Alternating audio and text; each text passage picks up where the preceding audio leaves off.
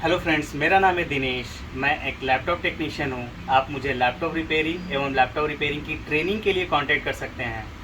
मेरा contact number है 8800428011। साथ ही साथ मैं बताना चाहूँगा, इस बार नया बैच 15 अप्रैल से स्टार्ट हो रहा है। सो जिसे भी ट्रेनिंग लेनी है 15 अप्रैल से पहले अपना रजिस्ट्रेशन कराएँ और फटाफट अपनी सीट बुक कर लें। चलो, जनरली ये हमारे स्टूडेंट का ही बोर्ड है जो कि विंडोज़ की कंप्लीट मशीन्स रिपेयर कर लेता है कॉन्फिडेंटली। बट इसको रिपेयर करने से पहले थोड़ा सा हेजिटेशन हो रहा था, तो उसको मैंने समझाया है, या इसी वीडियो के माध्यम से आपको भी एक छोटा सा हिंट देता हूँ कि नॉर्मली अगर आप विंडोज़ रिपेयर कर लेते हैं तो इसको रिपेयर करना भी उतना ही आसान है। ठीक है, केवल आपको इतना समझने की ज़रूरत होती है, कुछ पॉइंट्स आपको नोट आउट करना है। जैसे इसमें सबसे पहले 3.42 की पावर बनती है। ठीक है, 3.42 के बाद इसकी चार्जिंग पावर बनती है 12.5 वोल्ट, और चार्जिंग आईसी की एसी ओके 3.42 की पावर जब ओके होगी, साथ के साथ 3.42 से आईओ एक्टिवेट रहेगी, तब जाकर के इसकी लाइट जल जाती है, ग्रीन लाइट है ना चार्जर में। तो लाइट जलना ज़रूरी है। तो जनरली आपको ये देखना है कि सबसे पहले 3.42, फिर 12.5 वोल्ट, फिर 3.3 वोल्ट आरटीसी वीसीसी, फिर आईओ एक्टिवेट होनी चाहिए। आईओ से G2 इनेबल का सिग्नल 3.5 की एलडीओ इनेबल के लिए जाता है, पिन नंबर आई थिंक 12 पे होगा, जिससे एलडीओ 3 वोल्ट जनरेट होता है। उसके बाद कॉयल की 3 वोल्ट 5 वोल्ट जनरेट होती है। ठीक है, इवन अगर कॉयल की 3 वोल्ट बन रही है, उसके बावजूद अगर आपकी 5 वोल्ट या रैम की पावर नहीं बन रही है, तो आप गूगल पे सर्च करो SLP_S4 मिशिंग। ठीक है, आपको केवल इतना सर्च करना है, आपको कंप्लीट डिटेल मिल जाएगा कि क्या क्या चीज़ें चेक करनी चाहिए। ये पहले भी हमने अपडेट किया है लोगों को। ठीक है, आप यहाँ केवल लिखो SLP_S4 मिसिंग। ये आप केवल आप सर्च करो। यहाँ पे IT टेक ऑनलाइन करके एक वेबसाइट है, यहाँ जाइए। इसमें आपको ये ट्रिगर लॉजिक हमने लोग पढ़ाया है, नॉर्मल लैपटॉप्स की रिपेयरिंग के दौरान पूरा ट्रिगर लॉजिक समझाया है। उसी ट्रिगर लॉजिक में आप देखिए ये चीज़ें यहाँ पे मेंशन की गई। इतनी 11 सिग्नल आपके हैं। ठीक है, इनको आप चेक करिए। ये कंप्लीट होते ही आपका बोर्ड हर हाल में ट्रिगर हो जाता है। अगर नहीं होता है तब भी, अगर SLP_S4 मिसिंग है तो एक बार बायोस करके देख लेते हैं। अगर उसके बावजूद नहीं तो मेन चिप प्रॉब्लम करते हैं। ठीक है, और साथ ही साथ जनरली आजकल अक्सर हमेशा कन्फ्यूज़न क्रिएट होते रहता है कि लेटेस्ट जनरेशन का बोर्ड कैसे रिपेयर करना है, ओल्ड जनरेशन का बोर्ड कैसे रिपेयर करना है। ऐसा मन में भेदभाव क्यों, मेरे को आज तक नहीं समझ आया। मैं हमेशा लोगों को बोलता हूँ कि चाहे पुराना बोर्ड हो चाहे नया बोर्ड हो, टाइमिंग सीक्वेंस इस्तेमाल करना सीखिए। ठीक है, जैसे अभी एक बोर्ड ये है मेरे पास, मेरे को इसे रिपेयर करना है। अगर इसे रिपेयर करना है तो सबसे पहले तो मैं ये जानने की कोशिश करूँगा कि इसका प्रोसेसर कौन सा है, SR2EY। ठीक है, SR2EY करके ये बोर्ड है। आप देखो प्रोसेसर SR2EY इंटेल का है। तो ये है i5 6th जनरेशन। क्या है ये? i5 6th जनरेशन, यानी 6th जनरेशन का सबसे पहले तो मैं टाइमिंग सीक्वेंस ओपन करूँगा, जो कि आपके डेटाबेस में आपके पास होना चाहिए। हमारे पास है, जनरली हम स्टूडेंट के साथ भी शेयर करते हैं टाइमिंग सीक्वेंस। अब मैं 6th जनरेशन, सिग्नल प्रोसेसर है, सिंबल SOC चिप है। तो SOC चिप के लिए सिंगल चिप वाला जो है ये है आपका लिखा है ना, standard timing diagram 6/7 generation single CPU chipset. तो ये सिंगल CPU है हमारा। इसी के अकॉर्डिंग्स हमें क्या करना है, चेक करना है। इवन अगर आप देखें इसमें तो क्लियरली लिखा है, आपको ट्रेनिंग के दौरान सिखाया भी गया होगा और हमारी प्रीवियस वीडियोस में भी हैं, जैसे VCC RTC, RTC RST, SRTC RST 32.76 kHz, VCC DSW 3P3, DSW power okay. ठीक है, SLP SUS, VCC prime 3P3, VCC लिखा हुआ है, ATS 1P8, 1.8, 1.0 वोल्ट, फिर RSM reset, SUS clock, power button. ये 1 बाई 1 एक के बाद ये एक एक करके आपको चेक करते जाना है। जनरली आपकी बेसिक अगर ट्रेनिंग कंप्लीट हुई है तो आपको पावर SRC के बारे में पता होगा। पावर SRC के बाद सबसे पहले आपकी LDO 3 वोल्ट बनती है। LDO 3 वोल्ट के बाद RTC VCC बनती है। RTC VCC बनने के बाद पूरा RTC सेक्शन एक्टिवेट होता है। है ना। फिर उसके बाद कॉयल की 3 वोल्ट बनती है, 3 वोल्ट पीसीएच की पावर बनती है, उसके बाद पीसीएच एक्टिवेट होता है, ठीक। उसके बाद SLP4 का सिग्नल, ये सारा। और ट्रिगर लॉजिक पार्ट 1 पार्ट 2 अगर आपको सही से, चाहे वो नॉर्मल हर एक बोर्ड के लिए होता है, केवल टाइमिंग डायग्राम को, टाइमिंग सीक्वेंस को देख करके जो ट्रिगर लॉजिक होता है उसमें थोड़ा बहुत 1-2 सिग्नल किसी में, जैसे यहाँ पे SLP_sus हैश है, पुराने बोर्ड में देखेंगे तो हो सकता नहीं होगा। DSW पावर ओके है तो वहाँ पे DSW यहाँ पे लिखा है DSW power okay, deep sleep well, इस तरीके से चीज़ थोड़ा बहुत 1-2 सिग्नल कम ज़्यादा हो सकते हैं, लेकिन ओवरऑल जो कॉन्सेप्ट होता है ना ऑलमोस्ट सारा क्या होता है, सेम ही होता है। अब ऐसे अगर और लेटेस्ट की बात करें, मान लीजिए मेरे को रिपेयर करना है 8th 9th जनरेशन, मान लो मेरे पास बोर्ड आया, तो इस तरीके से मैं टाइमिंग सीक्वेंस का इस्तेमाल करूंगा। ये 8th 9th जनरेशन का दोनों के लिए है, तो इस टाइमिंग सीक्वेंस को फॉलो करते हुए मैं बोर्ड को क्या करूंगा, रिपेयर करूंगा, ठीक है।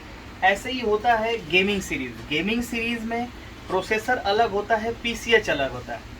तो गेमिंग सीरीज पे जो पीसीएच होता है वो 100 सीरीज, 200 सीरीज, 300 सीरीज, 400 सीरीज है, तो आपको पीसीएच के अकॉर्डिंग टाइमिंग सीक्वेंस फॉलो करना पड़ेगा। ऐसे 10th जनरेशन हो, 11th जनरेशन हो, 12th जनरेशन हो, किसी भी जनरेशन का बोर्ड अगर आपको रिपेयर करना है, आप केवल टाइमिंग सीक्वेंस, मेन आपको चाहिए टाइमिंग सीक्वेंस, उसके बाद उसका स्कीमेटिक, ठीक है। टाइमिंग सीक्वेंस में जो जो चीज़ें, लेकिन आपका बेसिक रिपेयरिंग्स आनी चाहिए, आपको बेसिक कॉन्सेप्ट बिल्कुल क्लियर होना चाहिए, तब जाकर के ये चीज़ें बहुत आसान। बेसिक कॉन्सेप्ट में यानी कि जनरल आपको अगर एक देखा जाए, लैपटॉप रिपेयरिंग करना ना एक आर्ट है, एक कला है, और लैपटॉप रिपेयरिंग टूल्स, जितना अच्छा टूल्स का इस्तेमाल आप कर सकते हो उतना आसान हो जाता है रिपेयरिंग करना।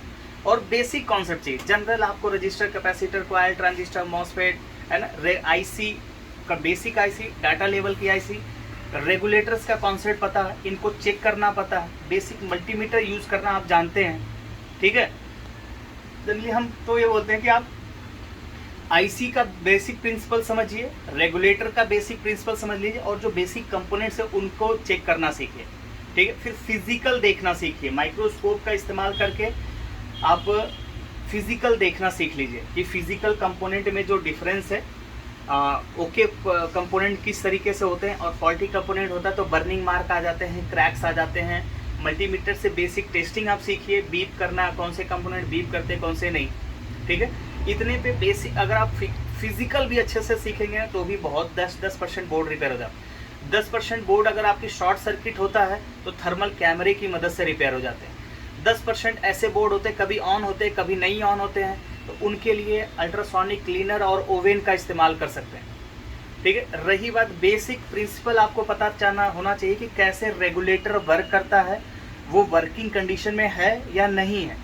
इतना अगर आप चेक करना समझ गए तो आपको कंपोनेंट निकालना लगाना सीखना है, ठीक है। आप केवल रेगुलेटर्स चेक करिए, आईसियाँ रिप्लेस करिए, उसके बाद आपका अगर रेगुलेटर वर्किंग करने लगता है तो मतलब 10% तो ऐसे आप प्रॉब्लम सॉल्व कर सकते हैं, ठीक है। मतलब आप स्टार्ट लीजिए रिपेयरिंग का, बेसिक्स वर्क प्रिंसिपल जो है उसको समझिए। उसके बाद अगर आप धीरे धीरे ट्रिगर लॉजिक्स वगैरह थोड़ा ट्रेसिंग पे आप जोर दीजिए, एक दिन में नहीं होता, एक दिन 2 दिन 10 दिन में नहीं होता, लगातार आपको काम करना पड़ता है, ठीक है। पहले बेसिक्स रिपेयरिंग करिए, उसके बाद ट्रेसिंग्स में धीरे धीरे जाइए। तमाम वीडियोस पड़ी हैं, हमारी भी वीडियोस हैं और भी लोगों की बहुत सारी वीडियोस हैं, उनको फॉलो करिए, ठीक है। और ज़रूरत पड़े तो ज़रूर कोई, देखिए बिना गुरु के ज्ञान नहीं होता, एक नॉर्मल पहले से भी लोगों ने बोला है, और कंटिन्यूअस आपको मार्गदर्शन करने के लिए एक व्यक्ति चाहिए ही चाहिए। टाइम पे अगर आपका मोरल डाउन होता है तो एक बूस्टर आपको चाहिए ही चाहिए, ठीक है।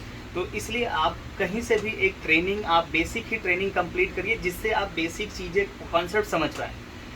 उसके बाद टाइमिंग सीक्वेंस को यूज़ करना, अगर बेसिक कॉन्सेप्ट आपने सीख लिया तो टाइमिंग कॉन्सेप्ट हो गया, है ना। अगर जनरल अब आपको आइडिया लग गया कि हर मदरबोर्ड में जनरली पावर क्या क्या बनती है, जैसे हमने बताया power SRC, LDO 3 volt, RTC VCC 3.3 volt S5 12 की पावर, 3 वोल्ट PCH की पावर, ठीक है। फिर 5 वोल्ट कॉइल की पावर, 15 वोल्ट पुराना बोर्ड है तो, ठीक है। रैम की पावर, ठीक है। रैम के बाद 1.8, 1.0, 1.05, 0.95, अगर ग्राफिक कार्ड है तो 1.1 वोल्ट PCI VGA, ठीक है। VGA कोर और कन्वर्जेंस की पावर हो गई 3.3 volt VGA, 1.8 volt VGA, convergence की और भी कन्वर्जन यानी स्विच पावर, रैम का कन्वर्जन जो कि सीपीयू हो जाता है। अगर बेसिक से कॉन्सेप्ट पता है, सीपीयू कोर के बाद क्लॉक बनता है, क्लॉक के बाद रीसेट सिग्नल, बायोस का बेसिक कॉन्सेप्ट आपको पता होना चाहिए कि बेसिक बायोस किस तरीके से रीड राइट किया जाता है, ठीक है। कुछ आपका डिस्प्ले लॉजिक आप समझ लीजिए, ठीक है। एलपीसी बस कम्युनिकेशन लाइन क्या है, ठीक है, एसपीआई कम्युनिकेशंस क्या हैं। तो अगर आपको बेसिक्स नॉलेज भी है ना, अवेयरनेस है, तो फिर जो आपके दिमाग में ना, पहली बात तो ये है कि भेदभाव उसको ख़त्म करिए, फर्स्ट जनरेशन सेकंड, इसके लिए जनरेशन की जो गैपिंग है ना, उसके लिए आप देखो सिंपल ऐसा समझ लो कि आपको गाड़ी चलाना आता है, आपको कहीं का भी सोर्स और डेस्टिनेशन का आप क्या कर सकते हो, गूगल मैप डाल सकते हो, उसको फॉलो करके आप जा सकते हो ना। सेम वैसे ही आपका जो गूगल मैप होता है, यहाँ पे टाइमिंग सीक्वेंस होता है ना। जब लोगों ने ट्रेनिंग्स कंप्लीट की है तो सर नए बोर्ड की रिपेयरिंग हमें सीखनी है, नए बोर्ड का कॉन्सेप्ट समझना है, पुराने बोर्ड का कई बार पूछा है, पुराने बोर्ड का कॉन्सेप्ट आपको पता है, तो वही शुरुआत बोलते हैं, हाँ जी सर हमको 3-5 आता है, 3-5 चेक करना आता है और आईओ बदल लेते हैं, बायोस प्रोग्राम कर लेते हैं, ठीक है। तो सही है, आपने जो पहले स्टार्टिंग्स में ना बेसिक से लोग शुरुआत ही मतलब एकदम पॉइंट टू पॉइंट नहीं हुआ करता था, या बहुत सारी इतनी ज़्यादा अवेयरनेस नहीं थी, इतने ज़्यादा वीडियोस नहीं थे, ठीक है। जो पीछे से आपने सीखा वही पास होता चला गया, धीरे धीरे वो और शॉर्ट होता चला गया, ठीक है। तो अब क्या है, लेकिन अभी बहुत सारा ऑनलाइन डेटा है, ई बुक्स है, वीडियोज़ है, अवेयरनेस मतलब तमाम वेबसाइट्स है जहाँ से आप बहुत सारी इन्फॉर्मेशन क्या कर सकते हैं, प्राप्त कर सकते हैं, स्टडी कर सकते हैं, सेल्फ स्टडी मटेरियल बहुत सारे अवेलेबल्स हैं, ठीक है। लेकिन उस बीच अगर चाहें तो एक आप ज़रूर कि कोई ना कोई ट्रेनिंग इंस्टीट्यूट या किसी न किसी ट्रेनर्स से संपर्क में रहिए, ठीक है। सो जनरली हम लोग भी ट्रेनिंग प्रोवाइड करते हैं, पहले भी हमने वीडियो में बताया कि हमारा इस बार नया बैच जो है 15 अप्रैल से स्टार्ट हो रहा है, नया बैच, ठीक है, 15 अप्रैल से। सो पहले भी हमने बताया कि हम लोग जब ट्रेनिंग देते हैं ये पूरा कंप्लीट कंफर्म दे से बताते हैं कि आपका चाहे पुराना बोर्ड हो या नया बोर्ड। पहले तो हमने लोगों को बोला कि यूनिवर्सल कॉन्सेप्ट, तो कई वीडियो में पहले भी लोगों ने कमेंट्स किया कि ऐसा थोड़ी ना होता है कि ये कहीं कॉन्सेप्ट सारे बोर्ड के लिए होता है, ठीक है।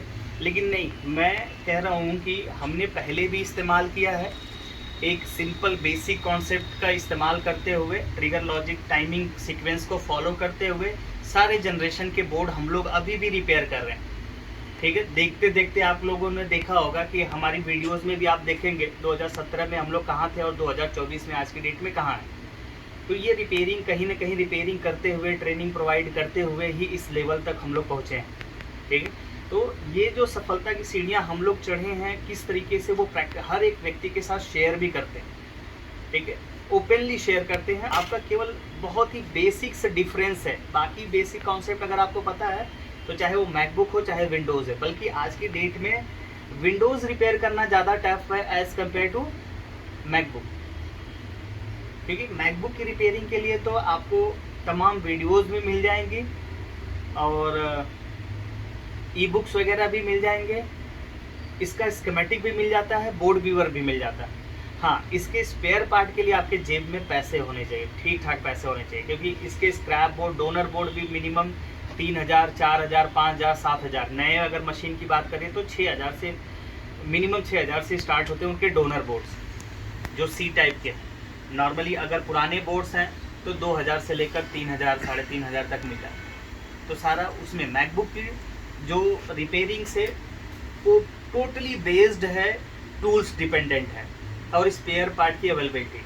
ऐसे ही विंडोज़ का भी ऐसे ही है, सेम विंडोज़ में भी ज़्यादातर हम लोगों ने हमेशा देखा है कि हम लोग हमेशा ज़्यादातर सपोर्ट लेते हैं टूल्स की मदद से ना काम बहुत आसान हो जाता है और टाइम आपका बहुत बचता है, ठीक है। बेसिक अवेयरनेस चाहिए आपको, बेसिक कॉन्सेप्ट सीखने की ज़रूरत है, बाकी का काम टूल्स कंप्लीट कर देते हैं। सो अगर आपको भी ट्रेनिंग्स मतलब कह सकते हैं कि आप पहले एक चीज़ और है, जनरली आप वीडियो देख करके डिसीजन ना लें, खुद का भी डिसीजन होना चाहिए रिपेयरिंग सीखने का। अगर आपको इसमें गाइडलाइन चाहिए, सपोर्ट चाहिए, आप जानना चाहते हैं कि हम लोग किस प्रकार से रिपेयर कर रहे हैं, कैसे हम लोग बेसिक कॉन्सेप्ट को और टूल्स को यूज़ करके हम बोर्ड रिपेयर कर रहे हैं, और अपनी शेल्टर जो नीड्स है सर्वाइव करने के लिए वो सारी आवश्यकताएं आराम से पूरा कर रहे हैं। सो आप मुझे डायरेक्टली व्हाट्सएप कर सकते हैं या मुझसे पर्सनली मिल सकते हैं मेरी ऑफिस पे आकर के। आपके जो भी कन्फ्यूजन्स है, जो भी क्लियर करना चाहते हैं, फ्यूचर है कि नहीं है, अक्सर लोग पूछते हैं सर आगे चल के फ्यूचर है कि नहीं है। ठीक है भाई, हर एक चीज़ में, किसी भी काम को आप अगर दिल से करो ना तो हर चीज़ में फ्यूचर है, ऐसा नहीं। आज की डेट में तो हर घर में एक लैपटॉप है ही है, और बिना लैपटॉप का किसी का काम नहीं हो। आजकल स्कूली जो एजुकेशंस हैं शहरों में, तो हर एक स्टूडेंट के पास एक लैपटॉप होना ही चाहिए। कभी भी क्लास बंद हो जाती है तो ऑनलाइन क्लासेस चालू हो जाती हैं। ठीक है, सारे होमवर्क, सारी नोट्स, सारे इंफॉर्मेशन, डायरियाँ हटा करके लैपटॉप, डायरी के जगह पे आजकल यूज़ ही लैपटॉप हो रहे हैं। तो मेरे को तो नहीं समझ आता कि भाई लैपटॉप रिपेयरिंग में फ्यूचर ख़त्म हो गया या लैपटॉप रिपेयरिंग में काम नहीं रह गया। और दूसरी बात, काम सीखने से पहले ही लोगों को जॉब की एश्योरिटी चाहिए। स्कूल गए, कॉलेज गए, कभी जॉब का इंश्योरेंस नहीं मांगा, एश्योरिटी नहीं मांगा। ठीक है, यहाँ पे काम सीखना, भाई आप काम सीखोगे तो लोग आपको जरूर, मतलब ऑप्शन है काम सीखने वाले के लिए, ये स्किल है। अगर स्किल डेवलप हो गया तो आपको काम ढूंढने की जरूरत नहीं पड़ेगी, काम आपको ढूंढेगा। सिंपल लॉजिक ये है।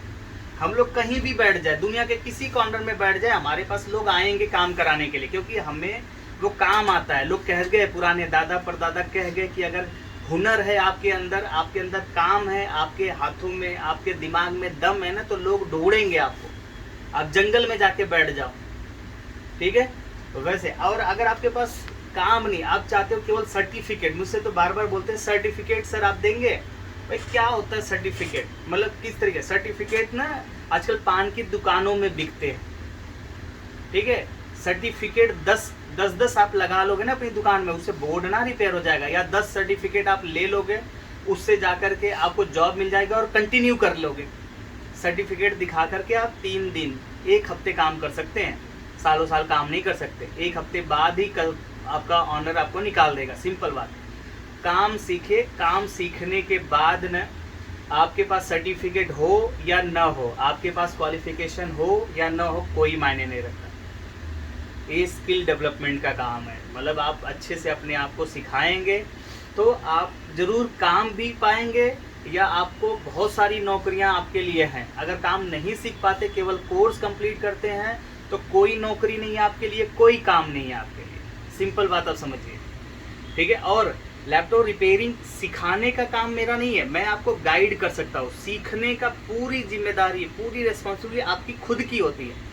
आप नहीं सीखना चाहते तो मैं चाहे जितना भी कुछ भी कर लूँ, इसको ना ग्राइंडर में डाल के, सुजाता सबसे बढ़िया ग्राइंडर बोलते हैं, उसमें डाल के मिक्स करके घोल पिला दूँ ना, तो भी नहीं होगा।